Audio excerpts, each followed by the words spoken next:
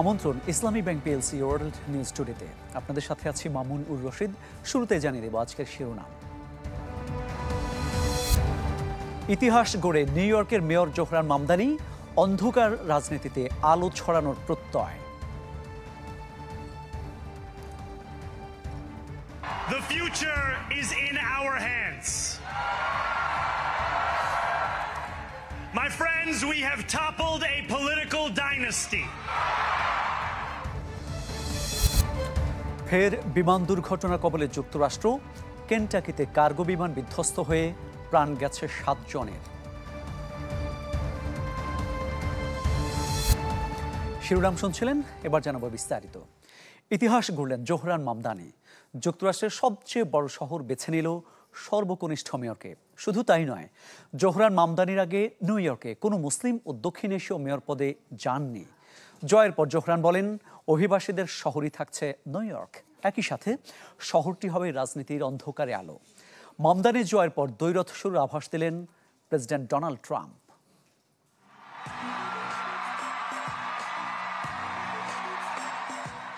মামদানি জিতেছেন। ট্রাম্প যাকে বলেছিলেন পাগল কমিউনিস্ট, সেই ফিলিস্তিন আন্দোলনের কর্মী নিউ ইয়র্কের রাজনৈতিক ইতিহাস নতুন করে লিখলেন।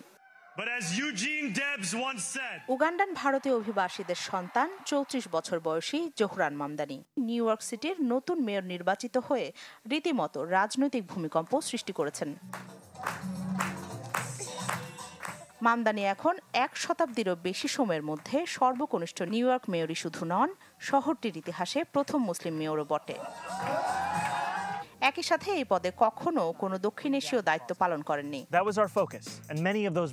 বেসরকারি ফল ঘোষণার পরপরই সমর্থক ও ভোটারদের কাছে কৃতজ্ঞতা জানাতে হাজির হন তিনি। ব্রুকলিনে তিনি বলেন, রাজনীতির অন্ধকারে আলো হবে নিউ ইয়র্ক। খোঁচা দিতে ভুলেননি মার্কিন প্রেসিডেন্টকে। The future is in our hands. My friends, we have toppled a political dynasty. ঐতিহাসিক এই জয়ের পর নিউ ইয়র্কের বিভিন্ন এলাকায় উল্লাসে মাতেন ডেমোক্র্যাট সমর্থকরা। মামদানির জয়ে তাকে অভিনন্দন জানিয়েছেন সাবেক মার্কিন president Barack Obama, Bill Clinton, Hillary Clinton ও ডেমোক্রেটিক পার্টির জ্যেষ্ঠ নেতা বার্নি স্যান্ডার্স। মঙ্গলবার অনুষ্ঠিত নির্বাচনে 50% বেশি ভোট পেয়ে জয় নিশ্চিত করেছেন মামদানি। তার নিকটতম প্রতিদ্বন্দ্বী অ্যান্ড্রু কুমো ও স্লিওয়ার চেয়ে 10 লাখের বেশি ভোট পেয়েছেন তিনি। স্বতন্ত্র প্রার্থী কুমো পেয়েছেন প্রায় 8.5 লাখ ভোট, আর রিপাবলিকান প্রার্থী কার্টিস স্লিওয়ার ঝুলিতে গেছে 1,45,000-এর বেশি ভোট। 15 ঘন্টা ধরে চলা নির্বাচনে এবার ভোট দিয়েছেন 20 লাখের বেশি মানুষ, যা 1969 সালের পর সর্বোচ্চ। একই দিনে ভার্জিনিয়া ও নিউ জার্সিতেও জয় পেয়েছেন ডেমোক্রেটিক পার্টির প্রার্থী অ্যাবিগেল স্প্যানবার্গার ও মিকি শেরিল। এতে এই 2 অঙ্গরাজ্যের প্রথম নারী গভর্নর হওয়ার ইতিহাস করেছেন তারা। মামদানির জয় নিবিড়ভাবে পর্যবেক্ষণ করছিলেন ডোনাল্ড ট্রাম্পও। ট্রুথ সোশ্যালে তিনি জানান, এবার তাহলে শুরু অনেকটা খেলা শুরুর মতো। রাখি জেসমিন, চ্যানেল 24। মেয়র বনাম প্রেসিডেন্ট, ঘোষিত এক যুদ্ধের সাক্ষী হতে যাচ্ছে বিশ্ব। অভিবাসন, ইসরায়েল সহ নানা ইস্যুতে যেন 2 মেনুতে নিউ ইয়র্কের নবনির্বাচিত মেয়র মামদানি আর প্রেসিডেন্ট ট্রাম্প। মেয়র হিসেবে এক মুসলিমের জয়ে ইহুদিদের নিউ ইয়র্ক ছাড়া আহ্বান জানাচ্ছে ইসরায়েলের কট্টর ডানপন্থী নেতারা। হতাশা প্রকাশ করেছে দেশটির সাধারণ বাসিন্দারাও। So Donald Trump, since I know you're watching, words for you. Turn the volume up. এভাবেই প্রেসিডেন্ট ট্রাম্পকে খোঁচা মেরে বিজয় ভাষণ শুরু করেন নিউ ইয়র্কের নতুন মেয়র জোহরান মামদানি। বলেন আওয়াজ বাড়িয়ে দিতে, যাতে নিউ ইয়র্কবাসীর বিজয় উল্লাস সহজেই শুনতে পান। বিরোধিতায় সরব ট্রাম্প। তবে ছেড়ে কথা বলেনি ডোনাল্ড ট্রাম্পও। প্রায় 30 মিনিটের বিজয় ভাষণ শেষ হতেই সামাজিক যোগাযোগ মাধ্যম ট্রুথে একরকম যুদ্ধের ঘোষণায় দিয়ে বসেন মার্কিন প্রেসিডেন্ট। লিখেন এবং এটি শুরু হলো। এমন অবস্থায় সামনের দিনে প্রেসিডেন্ট ভার্সেস মেয়রের লড়াই দেখার অপেক্ষায় বিশ্ব, যেখানে প্রতিদিন প্রতি সিদ্ধান্তে হবে হার জিতের হিসেব নিকেশ। বিশ্লেষকরা বলছেন, নগর উন্নয়ন আর নাগরিক সুবিধার নানা দিক ছাপিয়ে মূল লড়াই হবে অভিবাসন ইস্যুতে। ক্ষমতায় এসেই যে ইস্যুতে কড়াকড়ি আরোপ করেন ট্রাম্প, ধরপাকড় আর হয়রানির কষাঘাতে নাবিশ্বাস পরিস্থিতিতে পড়েন অভিবাসীরা। একই ইস্যুতে মামদানির নির্বাচনী প্রতিশ্রুতি অভিবাসন বান্ধব নিউ ইয়র্ক গড়ার। ইসলাম ভীতি ছড়িয়ে ট্রাম্পের করা রাজনীতিরও ইতি দেখছেন অনেকে। কেননা সম্প্রতি সময়ে নিউ ইয়র্কে ফিলিস্তিনপন্থী বিক্ষোভকারীদের জঙ্গি তকমা দিয়ে দমিয়ে রাখার যে চেষ্টা করেছে রিপাবলিকান শিবির, সে প্রচেষ্টা সহজ হবে না মামদানির আমলে। নিউ ইয়র্কের নতুন প্রজন্মের ভোটারদের বড় একটি অংশই মামদানিকে বেছে নিয়েছে তার ইসরায়েল বিরোধী অবস্থানের জন্য, যেখানে আঞ্চলিক স্বার্থের বাইরে ট্রাম্পের আন্তর্জাতিক স্বার্থে আঘাত হেনেছে নতুন এই মেয়র। কেননা ঐতিহাসিক বিজয়ের কয়েক ঘন্টার মধ্যেই হইচই পড়ে গেছে জেরুজালেমে। সদ্য নির্বাচিত মুসলিম এই মেয়রের জয় কোনোভাবেই মানতে পারছে না সেখানকার বাসিন্দারা। এদিকে মামদানিকে হামাস সমর্থক ট্যাগ দিয়ে ইহুদিদের নিউ ইয়র্ক ছাড়ার আহ্বান জানাচ্ছেন তেল আবিবের কট্টর ডানপন্থী নেতারা। ওয়ালিউল্লাহ ফারুক, চ্যানেল 24। নিউ ইয়র্কের ইতিহাসে নতুন অধ্যায় রচনা করেছেন জোহরান কোয়েমি মামদানি। তিনি দক্ষিণ এশীয় বংশোদ্ভূত এবং আফ্রিকা জন্ম নেওয়া প্রথম ব্যক্তি হিসেবে নগরীর মেয়র নির্বাচিত হয়েছেন। 1 বছর আগেও যে ছিল প্রায় অপরিচিত মুখ। এখন প্রশ্ন উঠেছে নিউ ইয়র্কে কে এই প্রথম মুসলিম মেয়র মামদানি? তরুণ হাসির আড়ালে এ কোন আগুন লুকিয়ে রেখেছিলেন জোহরান মামদানি, যাতে ভস্ম হয়েছে খোদ ডোনাল্ড ট্রাম্প সহ নিউ ইয়র্কের ধনী শ্রেণীর অহং। 1 বছর আগেও যে মামদানি ছিলেন প্রায় অপরিচিত মুখ, সেই তিনি এখন বিশ্ব বাণিজ্যের প্রাণকেন্দ্রের মেয়র। 2001 সালে 9/11 হামলার পর যুক্তরাষ্ট্রে বৈষম্যের শিকার মুসলিমদের মুক্তি দিলেন জোহরান মামদানি, সূচনা করলেন গর্বের এক অধ্যায়। ভোটের লড়াইয়ে মামদানির কাছে হেরেছেন 2 প্রবীণ প্রতিদ্বন্দ্বী।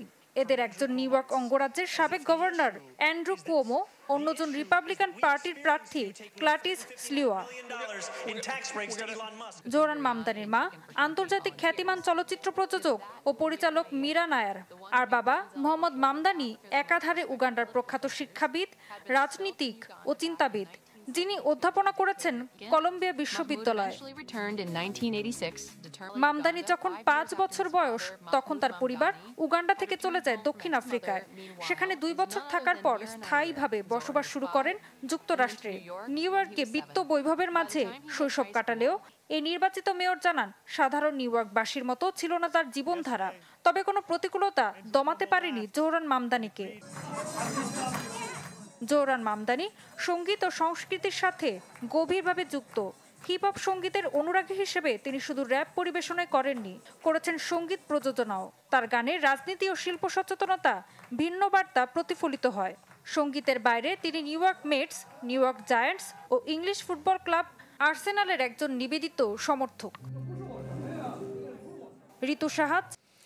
ঐতিহাসিক জয় পেয়ে নিউ ইয়র্কের নতুন মেয়র নির্বাচিত হওয়ায় খবরে যখন উচ্ছ্বসিত গোটা বিশ্ব, তখনই নতুন শঙ্কা জোহরান মামদানি নির্বাচনী প্রতিশ্রুতি বাস্তবায়নে আদৌ কতটা সফল হবেন।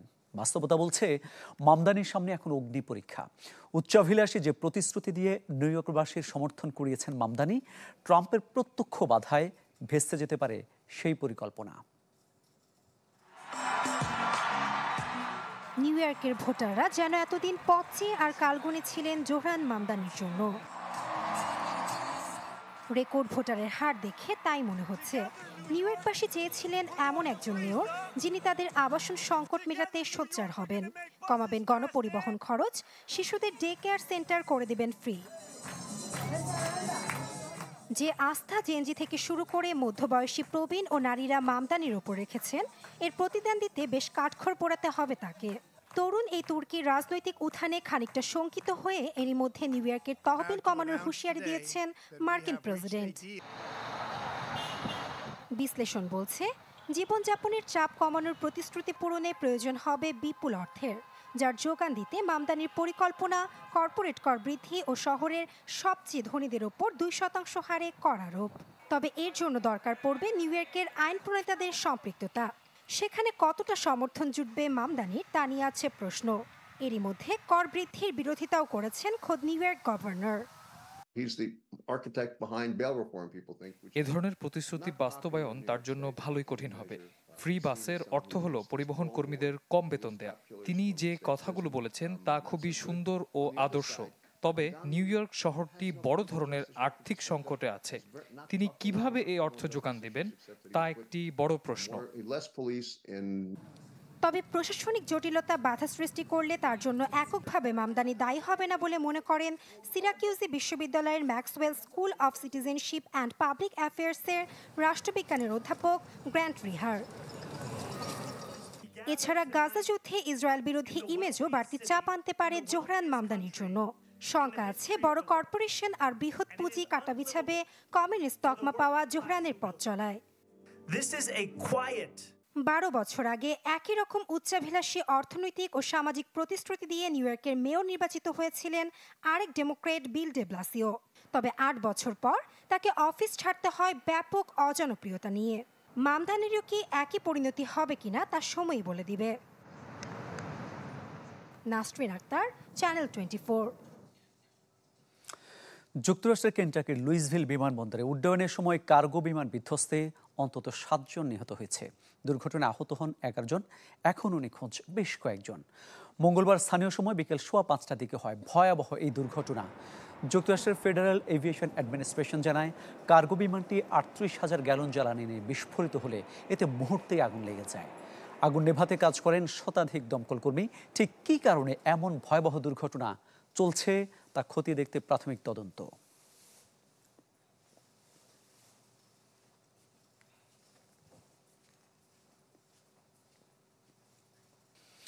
ফিলিপাইনে টাইফুন কালমেয়ুগির আঘাতে অন্তত 85 জন নিহত হয়েছেন। নিহতদের মধ্যে আছেন 6 জন সেনা সদস্য, এখনও নিখোঁজ অন্তত 13 জন। দেশটির দ্বীপাঞ্চলে তাণ্ডব চালিয়ে কালমায়ুগি এগিয়ে যাচ্ছে ভিয়েতনামের দিকে।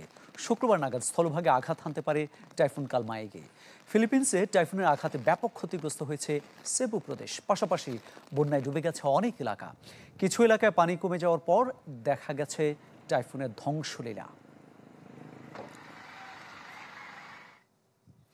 ভারত জুড়ে লেগেছে বিয়ের আমেজ। বছরের শেষ 2 মাসে দেশটিতে বিয়ে হবে 46 লাখ, যেখানে ব্যবসা হবে 6.5 লাখ কোটি রুপির। খণ্ডকালীন কর্মসংস্থান হবে 1 কোটি মানুষের, আর সরকার পাবে 75,000 কোটি রুপির কর। Confederation of all India traders এই তথ্য জানিয়েছে।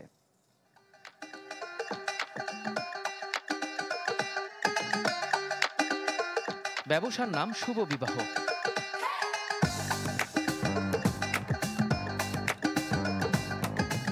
বছরের শেষ 2 মাস নভেম্বর ও ডিসেম্বরে বাদ্য পিটিয়ে বিয়ের আয়োজন হয় এই উপমহাদেশে।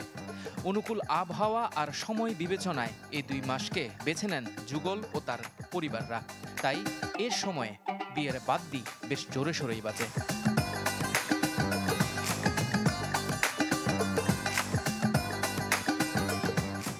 এমনিতেই বছর জুড়ে ভাগ হয়েছে বিয়ের মৌসুম।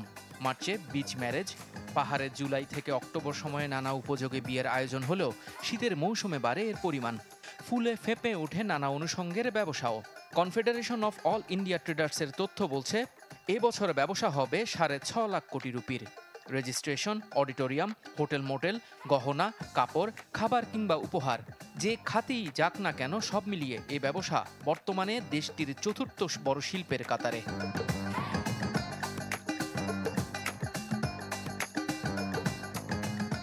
এর মধ্যে শুধুমাত্র দিল্লিতেই হবে 5.25 লাখ বিয়ে, যাতে খরচ হবে 1,80,000 কোটি রুপি। এর মধ্যে মাত্র 3 লাখ রুপির মধ্যে বিয়ে হবে 10 লাখ মানুষের। ভারত জুড়ে 12% বাড়বে হোটেল রুমের ব্যবসা, 25% বাড়বে খাবার ও পানীয়। মানুষের আয় বৃদ্ধি, স্বর্ণের তেজি ভাব, উৎসবের আগে অর্থলগ্নি আর মোদী সরকারের জিএসটি পরিবর্তন এবছর আয়ের পরিমাণ বাড়িয়ে দিচ্ছে। তারপরও রয়েছে আক্ষেপ। ডেস্টিনেশন ওয়েডিংয়ের নামে বিদেশে যাওয়ায় ভারতের ব্যবসার ক্ষতি শূন্যে নামিয়ে আনতে চান ব্যবসায়ীরা, যাতে বিয়ের সব আসর বসুক ভারতেই, আর শ্রীবৃদ্ধি হোক দেশীয় ভারতীয় বিয়ের ব্যবসার। ইফতেখার আলম, চ্যানেল 24। এই ছিল আজকের ইসলামী bank PLC world news today. বিশ্বের গুরুত্বপূর্ণ সব সংবাদ ও বিশ্লেষণ জানতে একই সময় চোখ রাখুন চ্যানেল 24 পর্দায়। এছাড়াও দেখতে পারেন ফেসবুক এবং ইউটিউবে। ধন্যবাদ সবাইকে।